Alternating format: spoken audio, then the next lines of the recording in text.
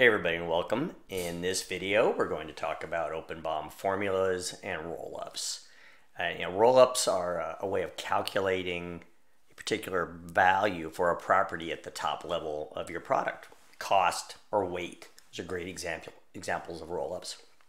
Formulas, on the other hand, are a key component of rollups, and I'm going to discuss with you briefly. Don't be scared by this, but this is briefly how these work. We're going to see that formulas are used to calculate values like costs and extended costs and report those up through the chain where we'll ultimately make a complete calculation down here, let's say for total cost.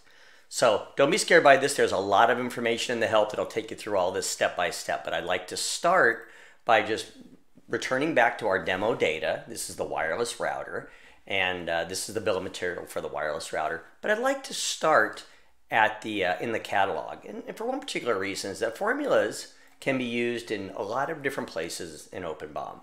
Catalogs, orders, bills of material, and they're just a way to calculate a value. So I'd like to just simply show that here in my catalog I've created a property called inventory cost, and I've set it to be the cost times the quantity on hand. So here's an easy way to say, look, I've got $235 worth of routers on hand. My total inventory cost by summing this column here is $394. So that's a really helpful way to do that. What I did was add an inventory cost. I created a formula. I set it equal to cost times quantity on hand. I applied it to all the rows.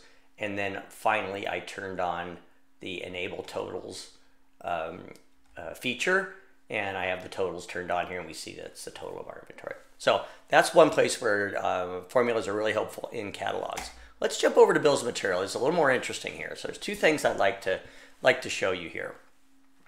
First of all, in our bill of material, we're bringing cost forward from our catalog. You can see I've created a property called total cost.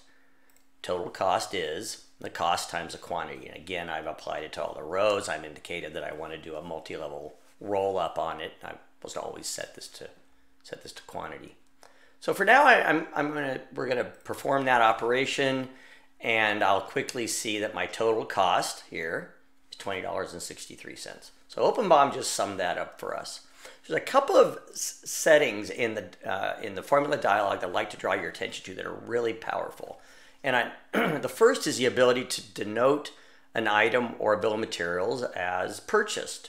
So for example, I'd like to show that the circuit board here has a bunch of bits and pieces in it, and they've all got costs, and right now I'm rolling those up, and I'm determining that cost is $5.05. Well, there might be a case where I say, look, I buy that circuit board from a subcontractor. I know that it really costs $8. So I've created a property here that gives me the ability to check a checkbox, and then I say, look, I want to use the value that I type in, and do not roll up the value for that. So how did I do that?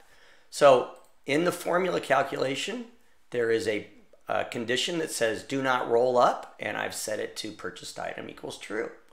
So when I turn that on, I'm now respecting my purchased item checkbox over here. And if I turn that on or off, I'll see that those values here will change. So that's one nice way to control the behavior of a subassembly. Another one is also a feature of the formula, which is to save the rolled up value for total cost, in this case, back to my catalog. So when I turn that feature on, OpenBOM will save this value right here back to our catalog. Right there, and it can be used in inventory calculations or anything else.